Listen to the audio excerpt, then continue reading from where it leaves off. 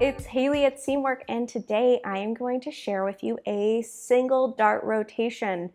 So darts provide shape to our garments, but they're also a really cool design detail.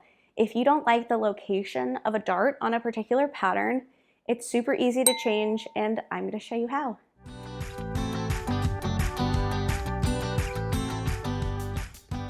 So with any pattern making, with any pattern adjustments you make, it's always ideal to start without seam allowances. So first things first, you're gonna mark, these guys are already marked, and then remove your seam allowances. So I'm gonna do that.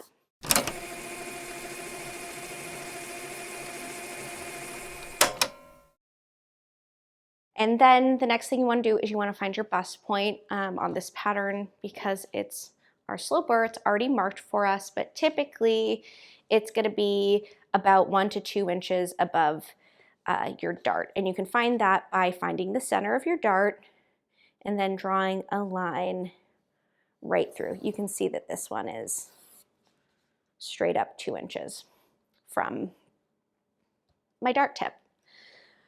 Now what we're going to want to do is we're going to connect our bust apex with the ends of our dart leg. So I'm taking my ruler and I'm drawing from the apex to the end of each dart leg.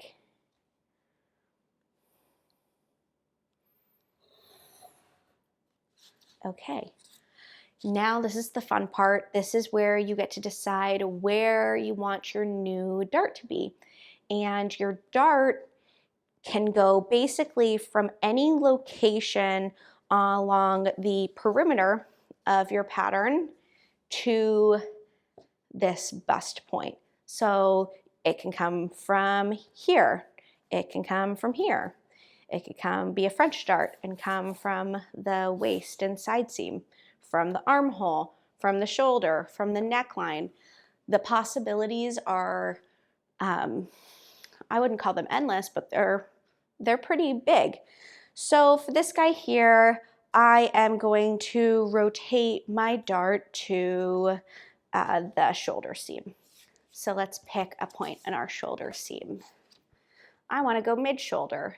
So this is about 5 inches long. If it's mid-shoulder, then I want to be about 2.5 inches along that seam. And I'm going to draw my third line. And that's going to connect my bust apex to my new dart location, right there. So these are all of the lines that I need to make some pattern magic happen. First thing I'm going to do with my scissors is I'm going to cut this wedge out. So I'm cutting along those first 2 lines that I drew.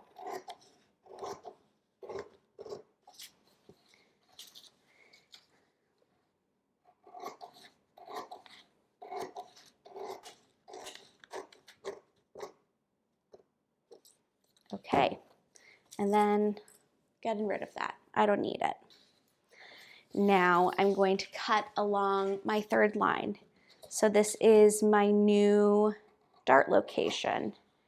And I'm going to cut to the bust point, but not through. So I'm leaving a little tiny paper hinge.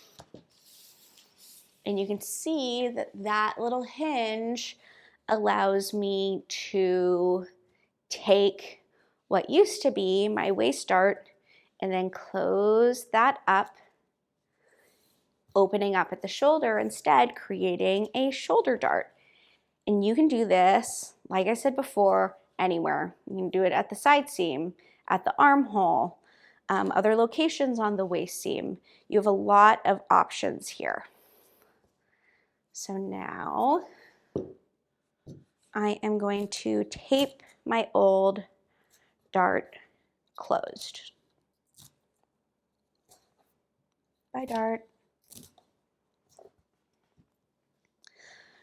So this is where my new dart is going to be, but we're not done here. We have some more things to do. We need to plot that dart. Okay, so I'm placing some paper beneath my new dart, and I'm gonna just tape that in place. Okay, so if I were to add seam allowance to my pattern as it is and then sew along these lines, what I would end up getting is a bust that looks super, super pointy, and that's because the dart legs would be extending all the way to my bust point, and it would be very Madonna.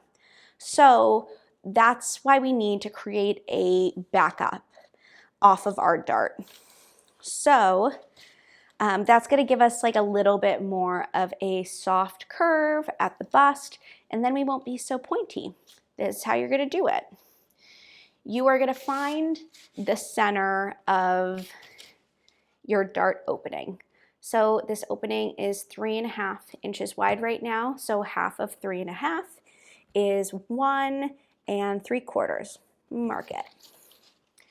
Then I'm going to draw a line from that midpoint to the bust point. And then we're going to create our back off. So let's back up about 2 inches from our bust point. That's what we were working with our other dart. Marking 2 inches along that center line, and then from there I can mark my dart legs, connecting the dart opening to that new point, which is our dart tip.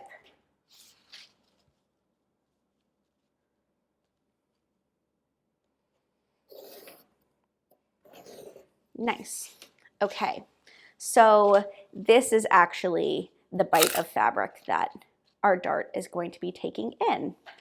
So now there's 2 more things to do. We need to true up our dart, and then we need to add our seam allowance. So truing up the dart is pretty simple. I just need a needlepoint tracing wheel. Basically, you want to fold your dart along the dart legs like you would fold it if you were sewing it. So you always want your dart uptake to face towards the center of your garment. So I'm just going to fold along that line and then bring it on over to the other dart leg. And then I can take my handy dandy needlepoint tracing wheel and just trace along that line. And what that's going to do, kind of hard to see,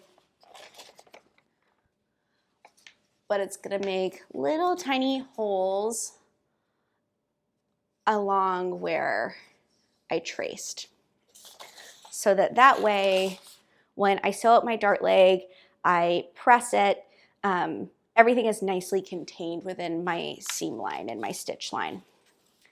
So I'm just going to cut along that line there that I created with my needlepoint tracing wheel, and then trim away any excess pattern paper.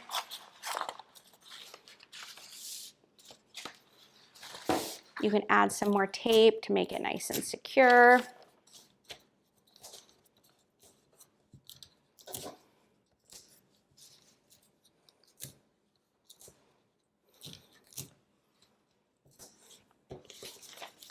And that is your new pattern piece. At this point, you can either tape this whole unit to some more pattern paper and then add your seam allowance, or you can trace this onto a fresh sheet of pattern paper and add seam allowance to that. But yes, this is how you do dart rotations. Easy.